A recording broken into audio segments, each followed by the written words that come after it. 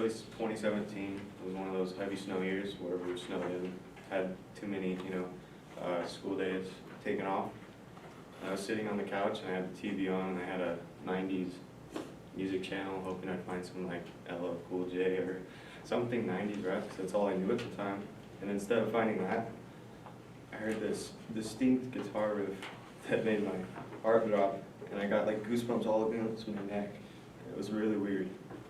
And it was a slow but dark sounding elephant almost guitar riff.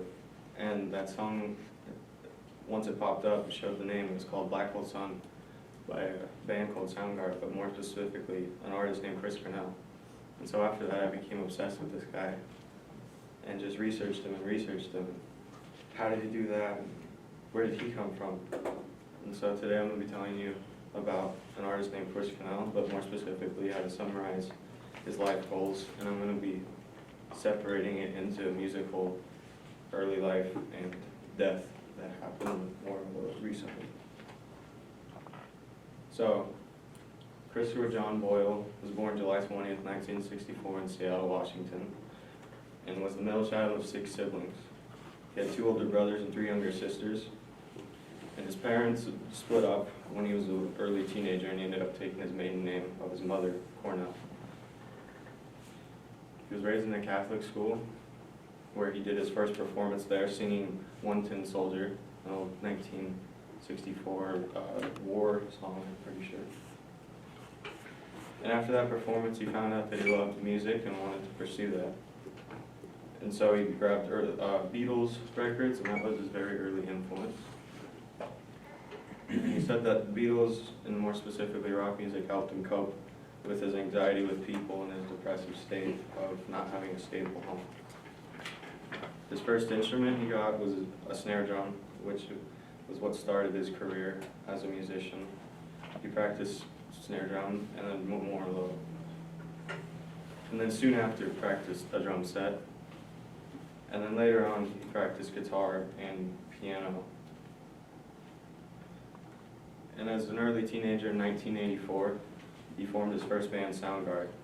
He started off as the drummer with 3 other members. But later on, they found out that his vocals were more or less needed in the band than in the drummer. So he moved on and they got another member. 3 years later, in 1987, he signed to Sub Pop Records in Seattle, which is a record company that Nirvana and Mudhoney signed to, other grunge bands of that era. And in 1990, they earned their first Grammy for a song off their first album. So I'm going to recap a little bit about, because it kind of tied in. So he started his band in 1984, signed to Sub Pop in 1987, and made their Grammy in 1990. So far, they're doing pretty good for only being 6 years in the band. And in 1994, 4 years after their first Grammy, they signed to A&M Records, which they were the first big band to sign to a grunge label. And they came out with their 7-time platinum record across the UK and US charts, Super Unknown, which featured the Black Hole Sun song that I speak so highly about. But soon after that, Chris Cornell had problems with alcohol addiction and drug abuse and quit the band in 1997 and was in a hiatus for a while. But soon after, in 2001, he formed a band with an already band called Audio Slave, which was a derivative of Rage Against the Machine, which was a political band. And so they formed that in 2001, came out with a record in 2002, and then once again came out, got back into his alcohol addiction and drug abuse, disbanded the group. So to recap his music, came out in 1994 with Super Unknown. Had a band, kept that band for about 3 years, disbanded it in 1997, and then joined Audio Slave 2001 after recovering, and then left it again in 2002 for alcohol and drug addiction. I'm going to get into his personal life right now because it ties into his death. This goes back to 1990. He met the manager of his band Soundgarden, Suzanne Silver, and married her and had a kid with her in 2000. But in 2004, she realized that his abuse was getting heavy, and so she divorced him. And then later in 2004, the same year that he was divorced, he met another woman that became his future wife for the rest of his life until 2017, and they had 2 children together.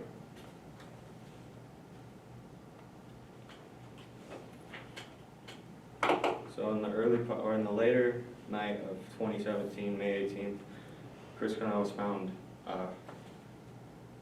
not dead, but unconscious by audio asphyxiation in his hotel room, and he had an elastic band around his neck and was hung by his doorknob, laying down. His bodyguard found him. He just performed with Soundgarden after not playing for years.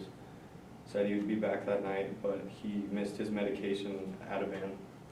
So it was believed that something in his emotions mixed him up and made him take his own life.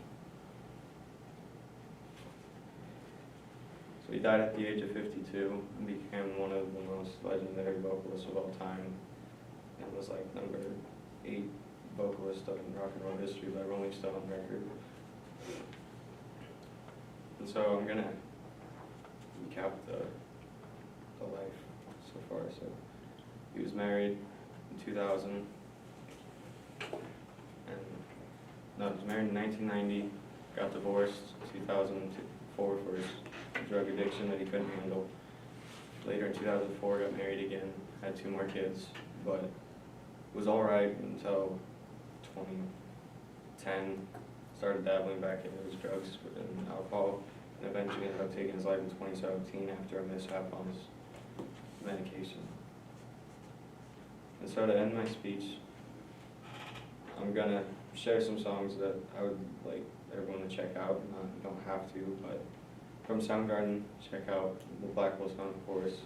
A song called Burden in My Hand, Outshine, Pretty News, Hunger Strike, and from the later band Audio Slave, for the more softer stuff, check out Like a Stone, I'm the Highway, and Show Me the Live.